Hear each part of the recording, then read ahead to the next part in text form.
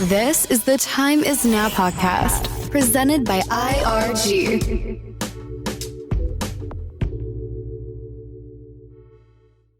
Hello everyone, welcome to the Time Is Now podcast, hosted by IRG, International Realty Group. Today we have an interesting topic, how we became to be father, and we are here with Cengiz and Luis Villalobos. So welcome guys to this new podcast. Yeah, well, and he's Rafael Bojano. You have to present yourself. Exactly. Yes. Yeah, well, today's it's a very interesting podcast because we're going to be talking about Father's Day. This is like a Father's Day podcast episode. So Exactly. And three of us are both, all of us is fathers, right? we're fathers. Actually, I'm And we work all together. Yeah, I'm a father and I'm a grandfather also. So there's a lot to talk about that. Yeah. So that's why you should be starting first, I think. Yeah. As you are also a grandfather. Yeah.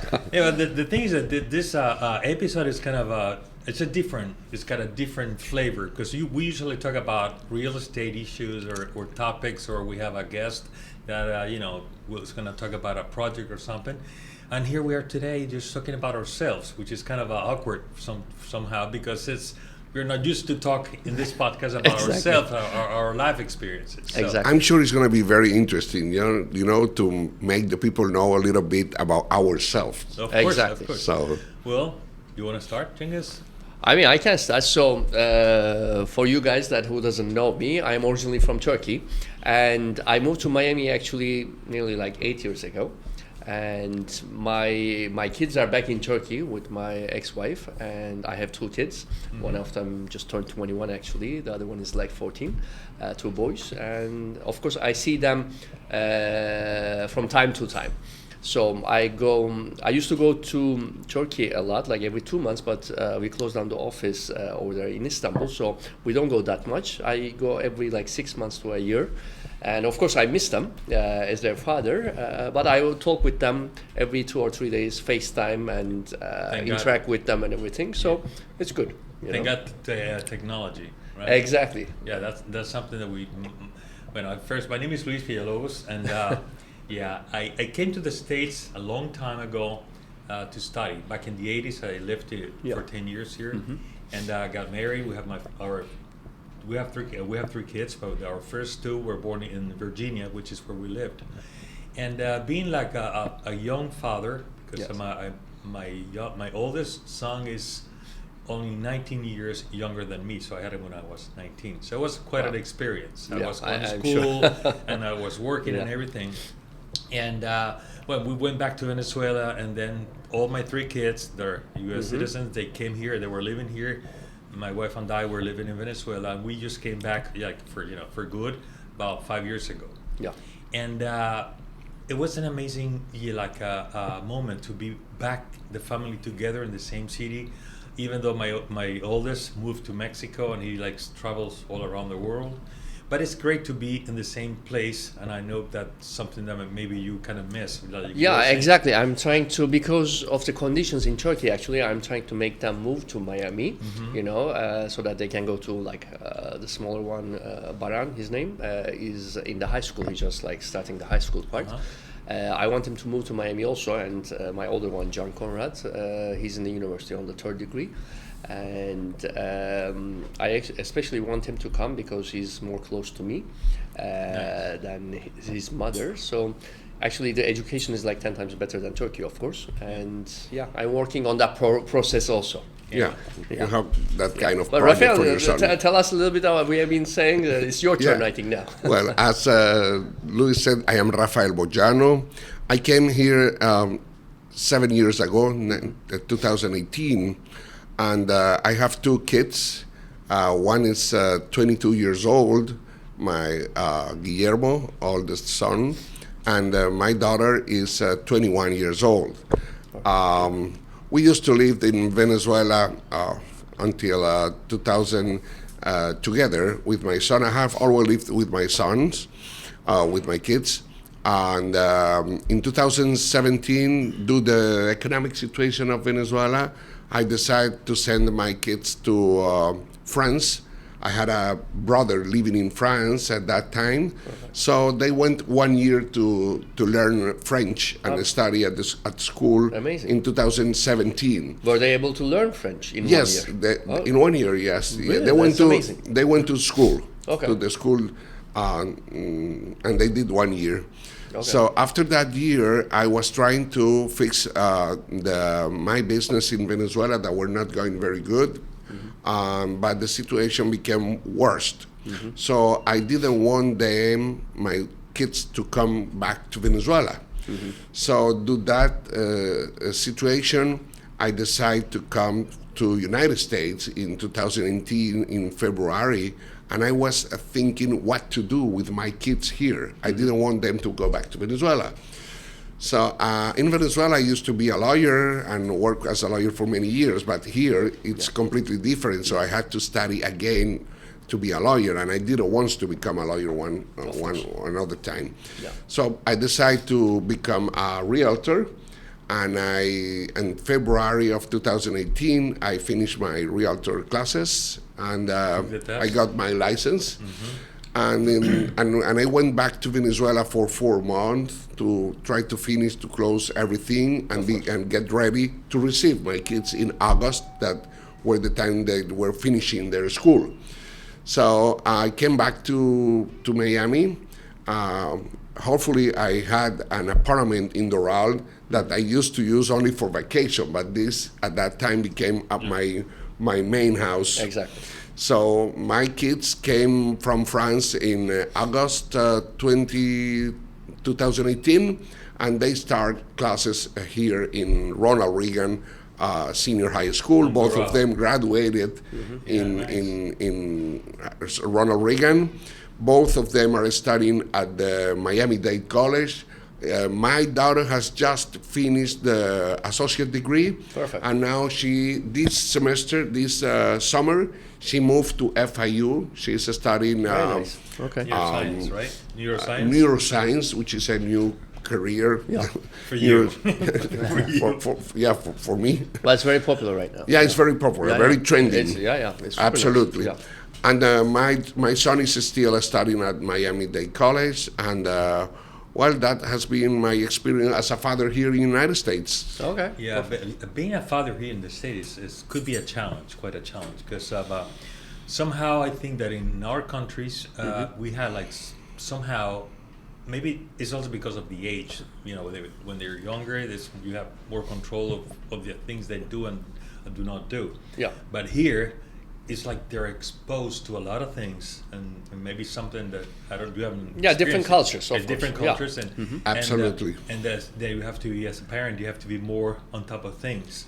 Yeah. And there's a lot of external influence. Yeah, but actually it's like that anywhere around the world. Yeah. I mean, it's about Times how you different. educate them, the values, family values, and What I have experienced about what you're saying, the exposure of the kids in the United States comparing to Venezuela, I absolutely agree with you, because here they have more exposure to many other things that you don't see in Venezuela.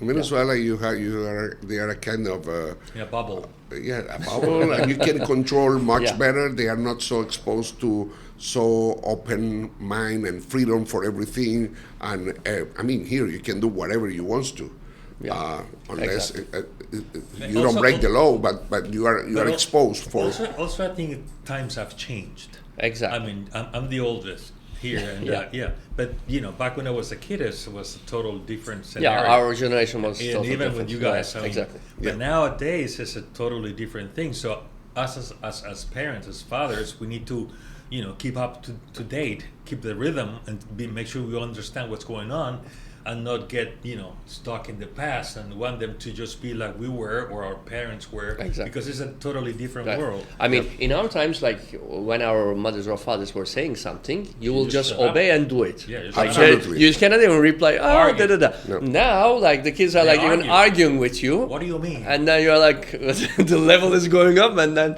it gets very annoying, of course. But you need to, it's different. you It's need completely to, different. catch up with the time. Adapt. Yeah.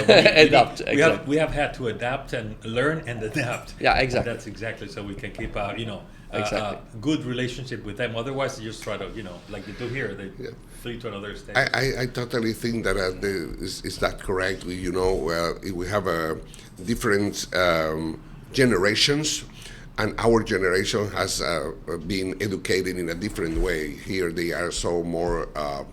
They have more opportunity to argue with you that we didn't have before. Of course. But the most important things I have experienced as a father is that the education you can give to them, and at the end, the kids, they are not going to be as you believe on you or you want they to be. They are going to be what they want to do or wants to be.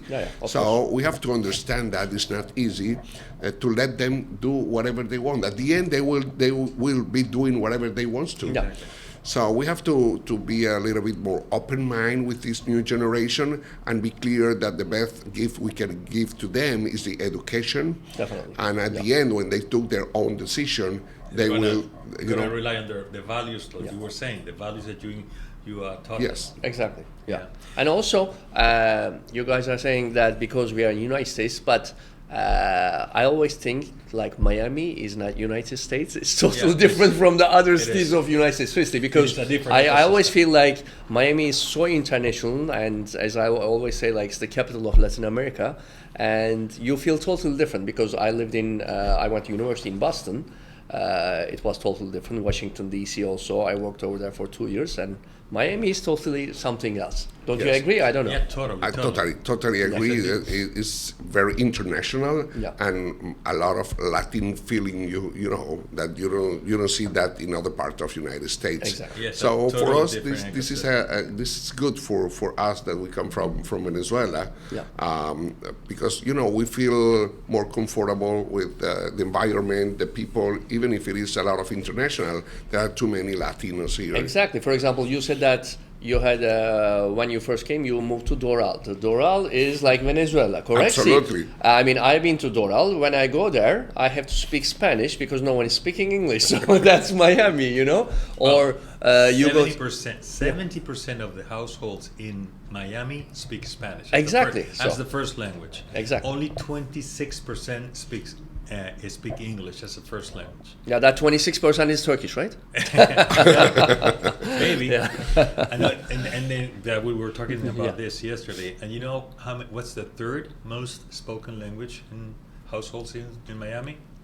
Creole. I would say Creole. It's like Haiti.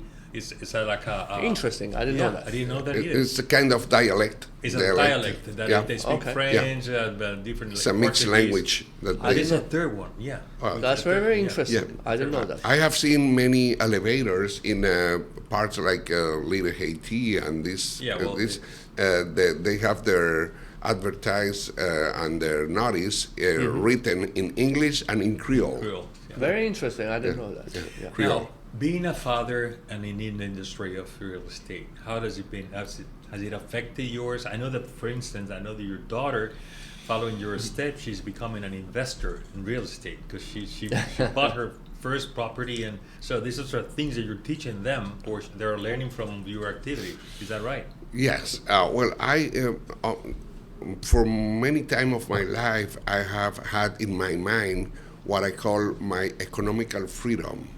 And I have been working, I like business, even if I am a lawyer, I have been involved in business for many years. Yeah. So as a business... Yeah, you're an entrepreneur because you have different businesses also. Yes, I have different businesses, and I had a huge opportunity that I received from this amazing country that gave me the opportunity to make business and to be successful here, not only in real estate, but also in other areas that I invest in. And we are proud of Rafael because he got his first boat, which it was his dream, and he always takes us out, right? Yes, thank you so much for that also. That was a dream come true for me. Exactly, yeah. I always loved to have my own boat, and finally we have it, and you had the opportunity to come. Exactly. It's amazing. But going back to my daughter, that you said, she likes business like me, and I have trying to teach her what I have done in my life, or tried to do in my life, which I said is my economical freedom.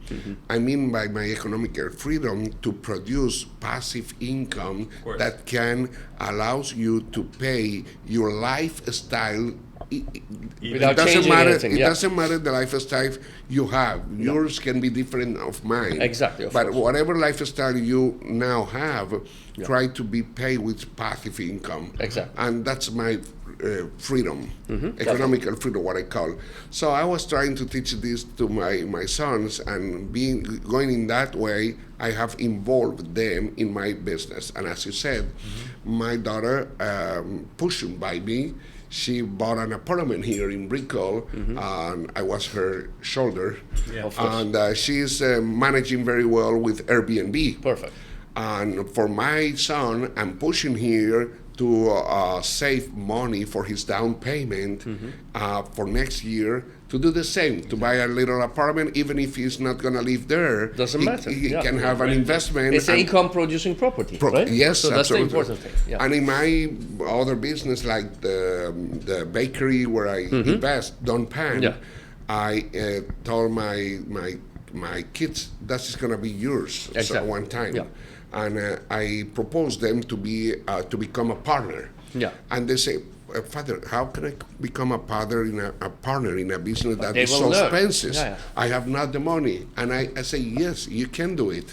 If you work and you get paid $3,000 a month, you just have to save 15%. 10%, 15%, and you give it to me, and you are going to be paying your shares. Exactly. And today they are partner in one of my bakeries with a 5%, and that gives to them a passive minimum income that is good for them. Yeah. So that they can get to know the business, you can teach them, show them the accounting and everything, how the process is doing, and they can even get into the Don Pan and work one day and see all the transactions. Well, the new Don Pan that I am opening, a new one in Dolphin Mall, which is a big store, my intention is to involve in the business operation my two kids, so they can operate with me. And understand the business, to learn it. To learn how to control the business, how does that work, that I have the experience for many years from Venezuela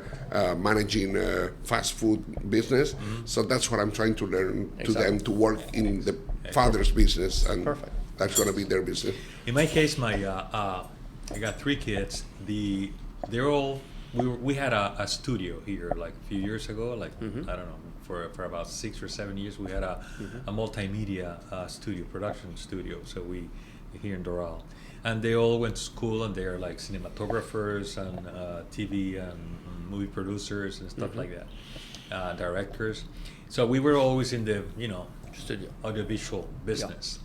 Now, the oldest one, Luis Gerardo, he's the one that's living in Mexico and he's traveling around the world. He's a photographer, a videographer, and it's pretty good. And then he's part of his business is in real estate, because he's got a lot of the projects. He's got he worked for this company. He's the official photographer of IRG, and he knows everyone.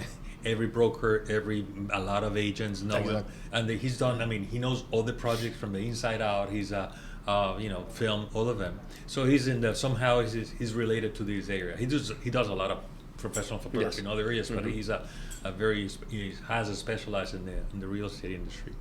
And then Vanessa, the middle daughter, my daughter, she became a realtor a few years back. So she lives in Orlando, even though she's not like fully dedicated to the to this industry. She has done a few operations, and she always comes and she participates. I guess she likes a little bit also the food. She's a chef also. She's a chef, right? Chef, yeah, she works in a restaurant in Disney Springs. And when she was living here, she was a chef also for a Spanish restaurant. Yeah. I have tried her food every time we have the lunch and learn at IRG. No, it's amazing. That she prepared, and it's very good. Yeah, by the way, about her real estate, like she decided to become a real estate agent. She talked with my wife, Joanne, and everything. So she got into the course. I've never seen something like this. Like she took the course 7 days. On the 8th day, she had her license. She just got it like that. Wow. She focused. and it was amazing. I'm really proud of her because on the 8th day she had her license. It was amazing. And for people who are listening or watching this, they usually say, everybody's a realtor. To become a realtor in Florida, in this United States, especially in this state, it's not as easy as people think it is. Of course, no. Yeah, you can get into details how it is because a lot of people most Turkish people don't know it also. A lot of people have to take the test. I mean, you have to take, the way it works is you need to take a course. And 72 hours. Which is about that day. Exactly. Usually people take it, and it takes like a couple of months before you complete the course or whatever. And after you take the course, you need to take a test. If you pass the test of that course, then you were with 80 or higher. You are given the chance to take the state test, and then if you pass the test, then you get your license. Exactly. So I know people have taken the state test like 6, 7, 8 times, and then after that is when they pass it. So for like you were saying, for Vanessa just to do it like straight in 8 days, it was unbelievable, seriously. Well, let me tell you about my experience with my real estate test. When I came here in February, because I had not too much time, and I was in Venezuela handling the business with a lot of problems, I decided to take the course at the same time your daughter did it. I didn't know that. Oh, really? Okay. Yes, and I was involved 8 days, 20 hours a day of each day to become a realtor, and I did it in 8 days. That's amazing. Yes, it was not easy. It's not easy. Yeah, it was 8 days, literally 8 days, 20 hours a day. I mean, I went to sleep 1 o'clock in the morning, and I had to go at 8 o'clock in the morning to classes. Wake up early that was crazy. I was almost crying alone here, getting crazy in my car, listening the podcast and everything from real estate. But I didn't know that your daughter did that way. It was a challenge, at that time, I would say I didn't have to do that in 8 days. I could do it in 1 month, but I didn't have too much time. I had to go back to Venezuela. But I mean, Rafael has been so successful. I know the first time that after he got his license, he came to our company and everything. But I mean, he changed, like we say, like 180 degrees. At the beginning it was totally different. Now he has so much self-confidence and everything, and he's getting so many clients, and he has unbelievable, of course, connections in Venezuela. And of course, everyone wants to move to Miami, as you guys know. And Miami is like becoming the capital of the world, right? Absolutely. Everybody wants to be. Well, when I started here, I had a huge opportunity to get my status with IRG in 2018. And when I became a realtor, I couldn't start working as a realtor because I didn't have yet the working permit. Hopefully and fortunately, IRG was my sponsor to get that permit. And in 2 years later, I got the labor permit, so I activate my license with IRG. And as you said, I started not very motivated, slow. And Giovanna, your wife, was always pushing me, say, Rafael, you can do it better. Was not my main business in my mind, That takes me to the next, or the last topic that we should talk, because we're running out of time. Most of us, you've been in real estate for a long time. Yeah, more than 20 years. But when you started, when you worked first, you were not a realtor. No. So you were in investments and another. Different things. I'm an entrepreneur like like you also. I'm an engineer, computer engineer, and I work in different things, and I was been an entrepreneur for many years too. And so have you. You were explaining, you were telling your story. Now, I think that for our kids, going back to the father thing, exactly. It's a great example that we're living for them, because sometimes our kids, they're like maybe 20, 30 years old or whatever, and they think like they run out of time, and they're like, did something and it didn't go well, and then what am I going to do with my life? So I'm 60 years old, and I became a realtor last year. Exactly. And it's never too late to start something. And then if you just set your mind to do something, and you really work and you learn, and you go through the curve of the learning curve and everything, and you put yourself into it, then it's possible to get great results. And I think that is one of the great examples that we as fathers have to live to our kids. Yeah, What do show you it to guys the think? kids. Exactly. What do you guys think? 100%. I would say that yeah, absolutely agree with you. What I best can show to my kids is the perseverance, the never give up. Exactly. Even if you fell down, Dale que tú puedes. dale que tú puedes. Yeah, your logo. Never give up. Exactly. Continue. Even if you fail, you're gonna fail. But if you don't Definitely. fail, you don't have the opportunity to learn and Exactly. to grow. But never give up. And Go, you're go, not supposed go. to be scared. Like as you guys know, we do it in the office also. We work with Tony Robbins. You know, he's the one of the best influential coach in the world. But he always says it also. Like there'll be always falls. Like because the only place that I worked in my life is I'm 50 years old. I started working when I was I graduated when I was like 21, 22 from the university. I worked in World Bank. After that, I created my company back in 1999. You know, I've done so many different businesses, but I mean, when you look at it like yourself, as an entrepreneur and everything also, you just need to continue working, you know. If you don't concentrate on money, but do what you love doing it, you know, not on the money. Money You have is the consequence. money is the thing. It's the result, but, I mean, if you push it to the end, you will always make it, you know, to the top. That's what I think. So I would say we have always to have a dream to work for. Exactly. Dream, But whatever say, you dream. But you say something is very important. All success is built on failures. Yeah. The person that never fails will never be successful. Exactly. I mean, You have to fail and learn it. Learn it from your mistakes. There's few cases that are like very lucky. But you take anybody that's been successful. Yes. Wealthy, whatever. Sports has gotten the gold medal or whatever. Yeah.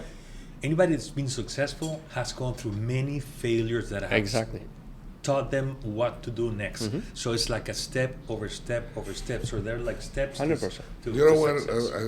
It's a challenge that we have always to teach to our kids. Is that as us, they are always kind of afraid. And They need to have their self-confidence. yeah, they have to have But they need to live self-confidence. in the because we are teaching them to live in this like a pink bubble.